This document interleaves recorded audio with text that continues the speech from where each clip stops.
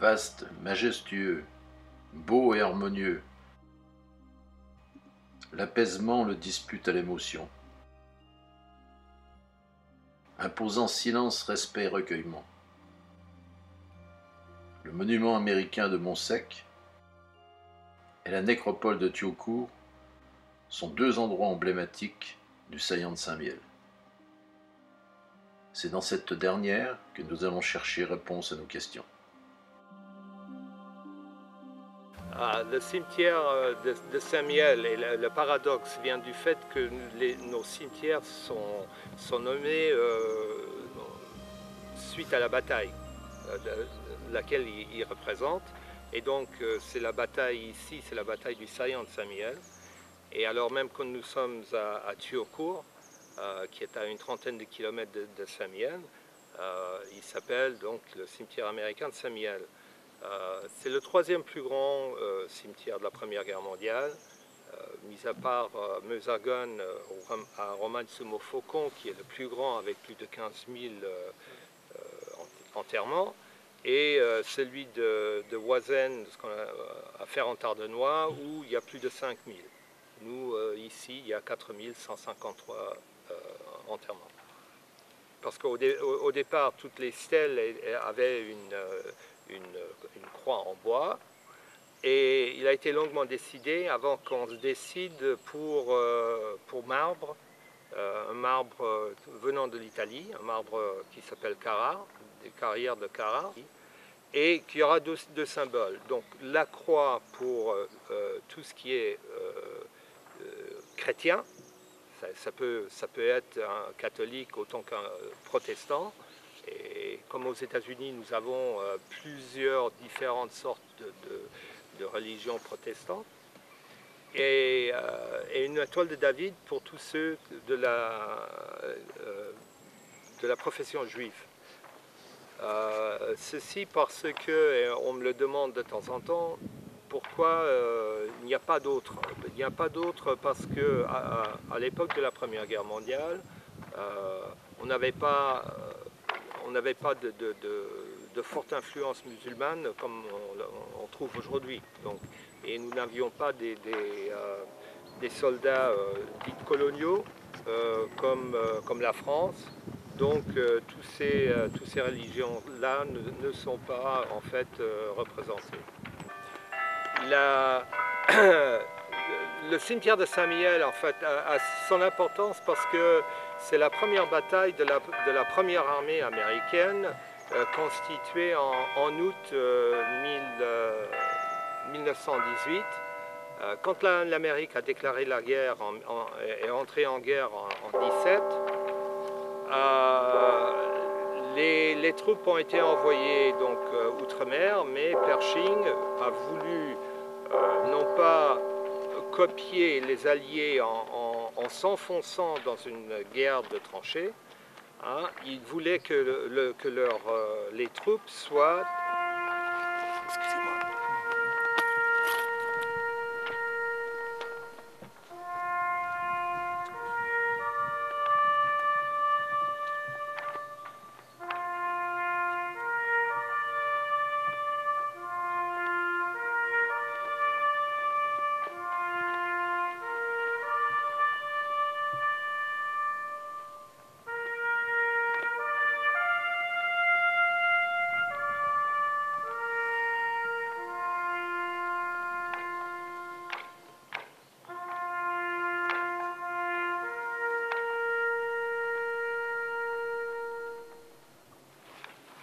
Donc,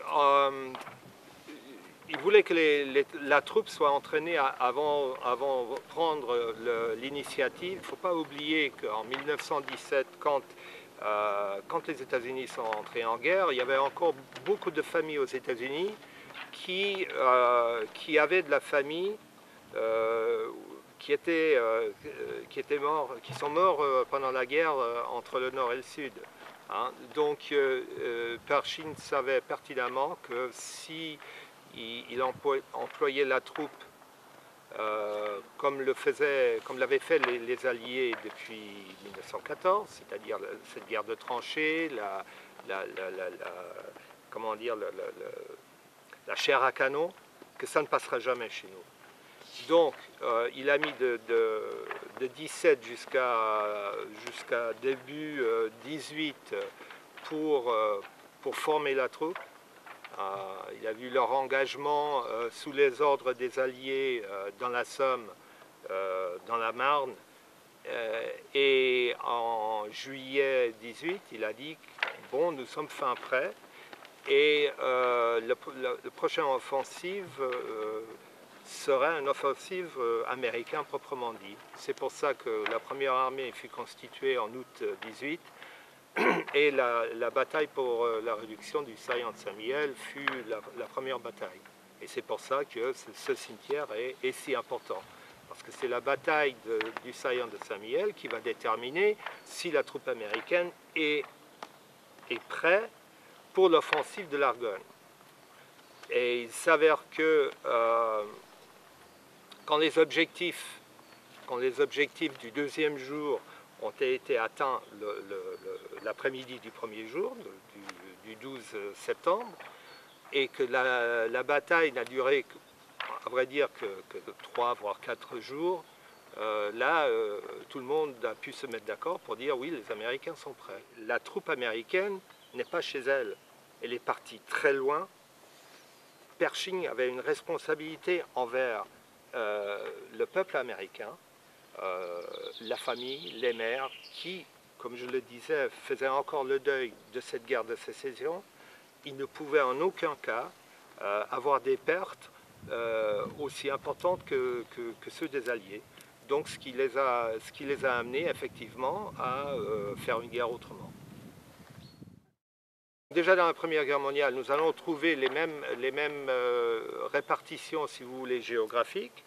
Avec la Première Guerre mondiale, les États-Unis vont instaurer la conscription. La conscription qui passera, et ça c'est un espèce de quid pro quo, au prix du droit de vote pour les femmes aux États-Unis, parce qu'on ne pouvait pas prendre le fils sans que la maman ait un mot à dire dans le gouvernement. Voilà. Et ils viendront de tous les États-Unis. Alors quand on se promène et qu'on regarde l'état d'origine des différents soldats qui sont enterrés ici, on va trouver quand même qu'il y a plus de troupes venant des centres socio-industriels tels que l'Est, Pennsylvanie, New York, voire encore l'Illinois dans le centre des États-Unis, voire la Californie, là où des États comme le Nebraska ou le Nouveau-Mexique, Arizona sont beaucoup moins représentés. Donc on ne peut pas dire, nous notre politique des États-Unis a toujours été que les familles, ils ont le droit de ramener leurs morts. Ce qui a été défendu par le gouvernement français pendant un certain temps, jusqu'en 1920, parce que le gouvernement français voulait établir des gigantesques cimetières sur les lieux de bataille pour prouver aux futures générations la futilité d'une guerre. Mais, et donc, tous les soldats anglais du Commonwealth, effectivement, tous ces gens-là, ils n'ont pas le droit, ils n'ont pas pu choisir, si vous voulez. Ils ont été enterrés là où ils ont combattu et là où ils sont morts. Et notre pays, donc à partir de 1920, la famille a eu le choix, n'est-ce pas, de rapatrier ou non les restes du défunt. Et on arrive qu'à dans 2/3 des cas, la famille va réclamer le corps. Il va être expédié aux États-Unis aux frais du gouvernement, bien évidemment, et 1/3 donc reste ici. Il faut savoir que l'organisme qui gère tous les cimetières, l'ABMC, American Battle Monuments Commission, fut créé en 1923 par le général Pershing. Pourquoi? Parce que tout de suite après la fin de la guerre, différentes unités vont ériger des monuments à leur gloire, ce qui est tout à fait normal. Et Pershing voyait ça et se disait, c'est tout à fait normal que ces gens qui ont tant souffert marquent leur fait d'armes. Mais il a quand même eu la présence d'esprit de dire, si ces monuments reflètent leur fait d'armes aujourd'hui, si dans 30, 40, voire 50 ans, et que cette association n'a plus de fonds pour maintenir le monument, l'état de délabrement du monument, ce n'est pas la division, ce n'est pas l'unité qui sera jugée, c'est les États-Unis qui seront jugés. Et donc en 1923, Pershing, avec le président, ils ont dit on va mettre halte là. Et l'ABMC, l'agence, fut créée pour que tout le monde qui voulait donc ériger un monument outre-mer doit avoir l'aval de l'ABMC. Ce qui a fait que la commission des beaux-arts des États-Unis devait donner leur approbation à tous les projets soumis donc, par des unités d'une part, et donc par la suite par l'ABMC. C'est pour ça qu'on arrive à une certaine façon, une homogénéité, si vous voulez, de tous les monuments et tous les cimetières qui sont construits. Voilà. C'est surtout ça qu'il faut retenir. Et donc, à partir de ce moment-là, plus aucun monument privé, si ce n'est le soldat qui se trouve ici, est un monument, une donation privée. C'est le seul cas dans tous nos cimetières, que ce soit de la Première Guerre mondiale, que ce soit de la Deuxième Guerre mondiale, la guerre contre l'Espagne, ou plutôt contre le Mexique, voire même du Panama. C'est le seul incident où un monument privé a été donné à la BMC et fait partie, est incorporé dans l'enceinte et dans la façon que le cimetière va être établi en finale, parce que c'était au départ, même ici à Thiaucourt, c'était un vaste cimetière de campagne, tout au départ, hein, et qui était géré par l'armée. C'est donc un sculpteur de grand renom, Paul Manship, qui est responsable en même temps aussi pour la sculpture qu'on va trouver à New York dans le centre Rockefeller. Cette immense statue en or, c'est le même sculpteur. Et quand Pershing fait le tour des architectes et des sculpteurs après la guerre pour voir les différents projets qu'ils peuvent proposer, il voit donc cette statue et il en tombe amoureux. Tout ça, voilà. Et en parlant, donc, il apprend que c'est la statue qui a été commandée par une famille. Donc, le lieutenant a été tué au départ de la guerre et qui fut d'abord enterré à Heuve-Saint, parce qu'à Heuve-Saint, juste à côté de Thiaucourt, c'était un centre de triage et un hôpital de campagne.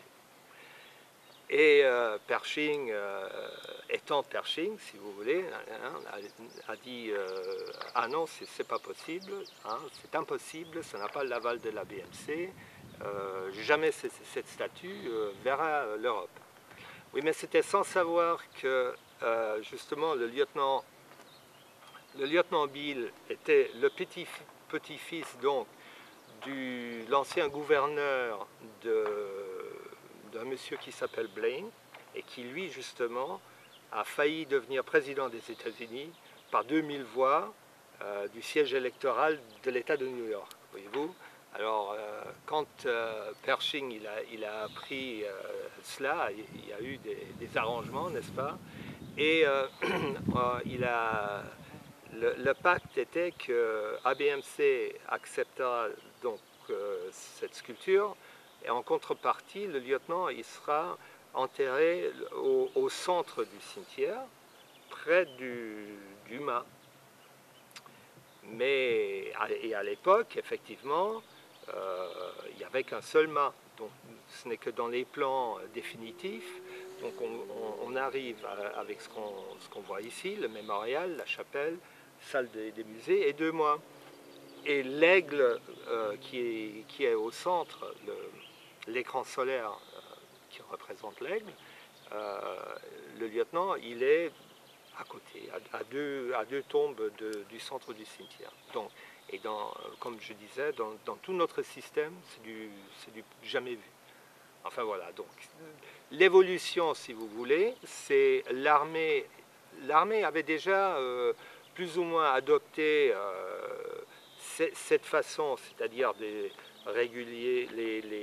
stèles sont de façon régulière, ils sont parfaitement parallèles, sauf que dans le dessin initial, la porte, en fait, elle se trouvait par là.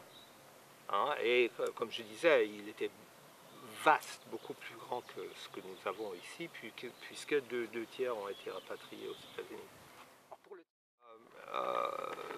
Beaucoup de soldats, donc la famille va aider d'une manière substantielle à la reconstruction de la France. Comme exemple, il y a la famille Cunningham, du capitaine Cunningham qui est enterré dans le closet, qui vont reconstruire l'église de Thiaucourt, ainsi que la mairie de Thiaucourt. Il y a la maman d'un lieutenant Peters qui va reconstruire la maison de retraite de Thiaucourt. Elle va s'amener, elle va habiter la France, elle va s'amener avec des cadeaux tous les Noëls pour les anciens.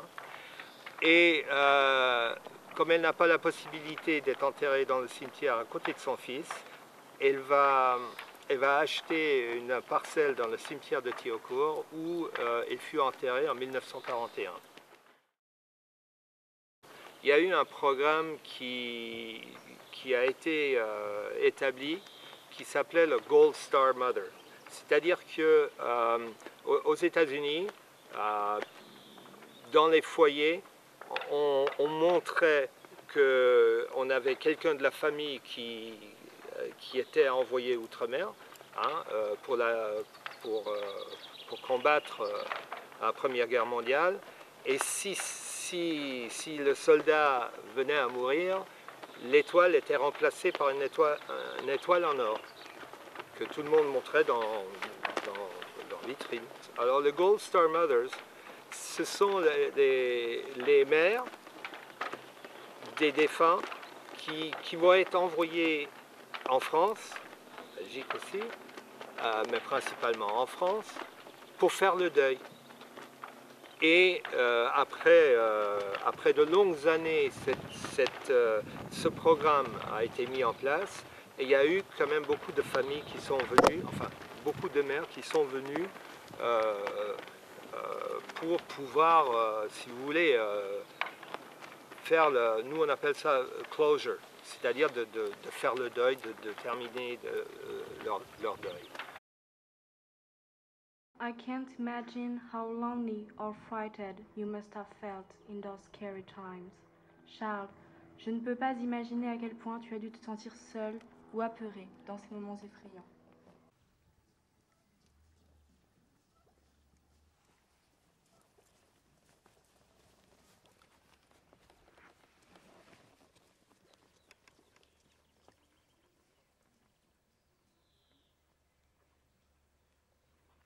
Et c'est un programme qui a très bien fonctionné parce que c'est le gouvernement américain donc, qui a payé tous les frais. Ils ont été accueillis à Paris, ils ont resté dans les hôtels. Certaines des maisons de fonction dans nos cimetières, telles que celle qui est en face, avaient des chambres pour accueillir des familles. Donc c'était pas du tout, rien n'a été fait pour dissuader. Bien au contraire. Mais comme vous le savez, après, avec la dépression en 1929, les fonds initiaux auront été tout absorbés par ces voyages et des fonds supplémentaires ne seront jamais votés parce que y a aussi des gens qui voyaient mal le fait qu'on payait le voyage ont payé le voyage, que là où finalement c'est le gouvernement qui les a appelés, ils n'ont fait que leur devoir. En ce jour de la fête des mères, la secrétaire d'État en charge de la famille que je suis n'oublie pas qu'au moment où l'on saluait en France une victoire importante et le courage de ces hommes, ici comme de l'autre côté de l'Atlantique, des mères pleuraient la disparition de leurs fils au champ d'honneur, morts pour notre liberté. Cette guerre a laissé de profondes cicatrices en France et aux États-Unis. Des mamans, des épouses, des enfants qu'elle a rendus inconsolables, des familles déchirées par la perte d'un de leurs êtres et des deux pays qui n'oublieront jamais le sacrifice de leur jeunesse. Je pense que pour que ces hommes et femmes, puisqu'il y a 15 femmes qui sont enterrées ici, pour que ces hommes et femmes ne soient pas oubliés, qu'on pense jamais que leurs efforts, leurs sacrifices étaient en vain, il y a tout un travail de base qui doit être établi. Il faut qu'on enseigne la mémoire et la Grande Guerre, il faut qu'on renseigne la Grande Guerre dans les écoles, il faut que les jeunes aient ne fût-ce qu'un petit sens de leur histoire, d'où ils viennent et pourquoi ils sont libres aujourd'hui. Parce qu'il y a des milliers, des dizaines, des centaines de milliers de gens qui sont morts pendant cette guerre insensée, de laquelle personne n'a tiré des conclusions, puisqu'en 1939, on recommence avec les mêmes. C'est les jeunes, il faut impliquer les jeunes, déjà pour qu'ils réalisent l'importance du sacrifice. Enfin, il n'y a pas, on dit toujours, il n'y a pas plus grand don que le don de soi.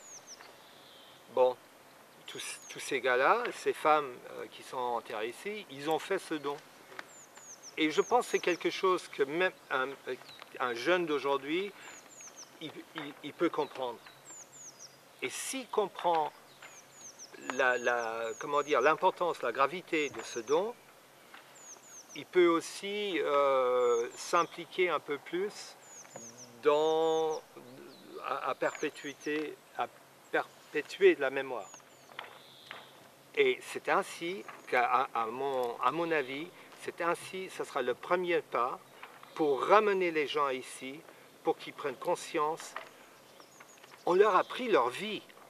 Non, on ne leur a pas pris leur vie, on leur a pris deux vies. Il ne faut pas oublier, ces jeunes qui sont venus des États-Unis, on leur a pris la vie qu'ils vivaient. Mais on leur a aussi pris la vie à laquelle ils avaient l'espoir de vivre s'ils n'étaient pas morts en France. Et ça, pour moi, c'est important. Et c'est pour ça que nous avons choisi autour de l'aigle, qui est le cadran solaire, il est écrit, je vais essayer de le traduire d'une manière juste, que le temps n'effacera pas la gloire de leurs faits d'armes. C'est devenu notre logo de la BMC. Le temps est le plus grand des guérisseurs. Donc, il y a beaucoup de familles, et vous savez que notre pays est vaste. Les familles sont extrêmement mobiles. Donc, il n'y a pas ces noyaux, les noyaux comme on peut trouver en France, où pendant des siècles, on va habiter le même village ou à proximité. Donc, chez nous, on est beaucoup plus éclaté, volatile. La Première Guerre mondiale ne fait plus recette, malheureusement. C'est ce qu'on voit maintenant, mais le nombre de visiteurs de famille par an, ça n'atteint pas les 200 personnes, malheureusement. La bataille du saillant de Saint-Mihiel, bien qu'elle soit courte, a été déterminante parce qu'elle a prouvé que les Américains étaient fin prêts. Ils ont prouvé et par la troupe et par l'aviation. Parce que l'aviation, il faut se rappeler que c'est la première fois que sur un seul commandement américain, on va mettre à la disposition plus de 1400 avions. C'est la première fois dans l'histoire moderne qu'une vraie armée de l'air prend part à une bataille. Non seulement les avions qui vont attaquer des dirigeables ou qui vont servir justement aux artilleurs pour leur indiquer où la concentration de l'ennemi. Non, ils vont appliquer la troupe sur le sol en direct. Ils vont avoir des missions de bombardement, voire même il y avait des plans pour des parachutistes qui seraient attachés en dessous les ailes d'avions, qui seraient largués à Metz pour prendre la commandature allemande. Bon, ça n'a pas abouti, mais pour dire que déjà à l'époque, n'est-ce pas, c'est vraiment là, on dit, notre chef d'État de l'aviation américaine ne veut pas dire que Saint-Mihiel est le berceau de l'aviation américaine. Lui, il a décidé que c'est l'escadrille Lafayette. Certes, c'est l'escadrille Lafayette où est né ce qui va devenir l'armée de l'air américaine. Mais l'armée de l'air américaine, elle a gagné son droit de se tenir debout pendant la bataille de Saint-Mihiel. La bataille de Saint-Mihiel est à l'armée de l'air américaine ce que le bois de Belleau est aux Marines. Et vous parlez à un Marine américain, le bois de Belleau, il connaît. C'est la Mecque des Marines. Hein. Et moi, je dis que ici, ce cimetière où reposent pas moins de 3 pilotes qui vont donner leur nom à des bases d'aviation, Keesler, Goodfellow et Bellows, où il y a un autre lieutenant Schreiber qui a donc été avant dans l'escadrille Lafayette. Il y a un héritage militaire fantastique de l'armée américaine. Si l'armée américaine, la première armée américaine qui a combattu dans le saillant de Saint-Mihiel, n'avait pas fait ses preuves,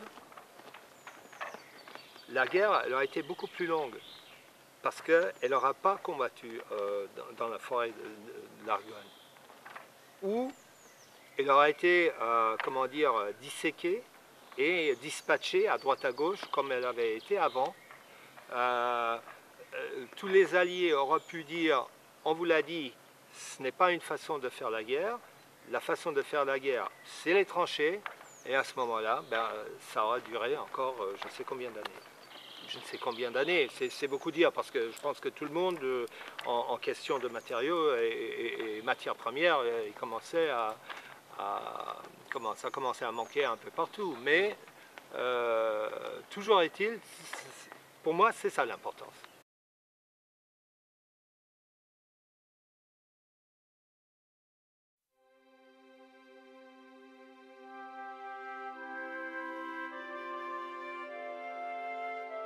Le saillant de Saint-Mihiel se forme entre le 20 et le 25 septembre 1914. Les Allemands sont alors arrêtés sur la Marne, bloqués devant Nancy et maintenus à distance sur les Vosges. Une attaque éclair en direction de Saint-Mihiel leur permet de prendre pied sur l'autre rive de la Meuse et de mettre en danger la place forte de Verdun. Cette avancée dans les lignes françaises restera en l'état jusqu'en septembre 1918, et ce, malgré plusieurs tentatives de reconquête. Les troupes américaines arrivées en France en 1917 sont maintenant aguerries.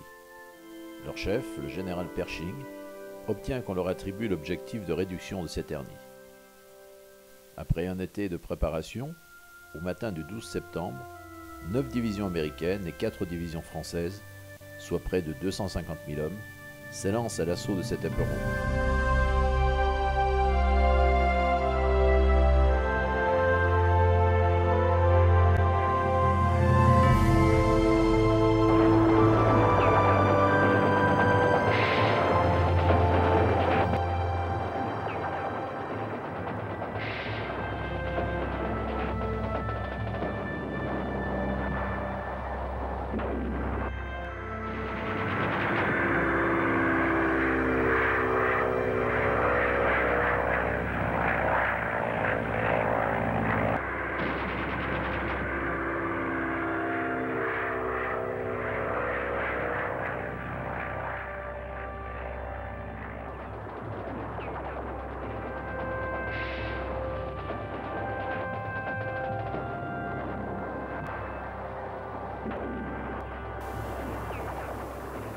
C'est un succès total.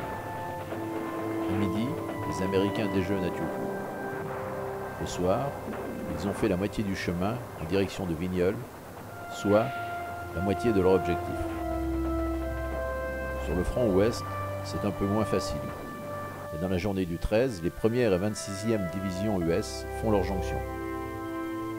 Le saillant de Saint-Mihiel est rayé de la carte.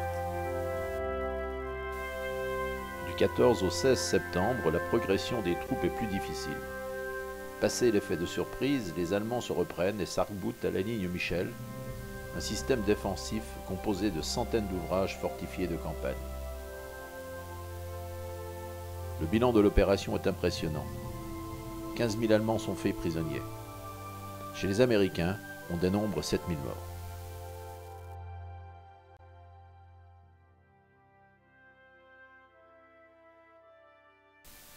Les lignes se stabilisent ainsi jusqu'en novembre 1918. Les Américains reportant leur effort sur la Meuse et l'Argonne.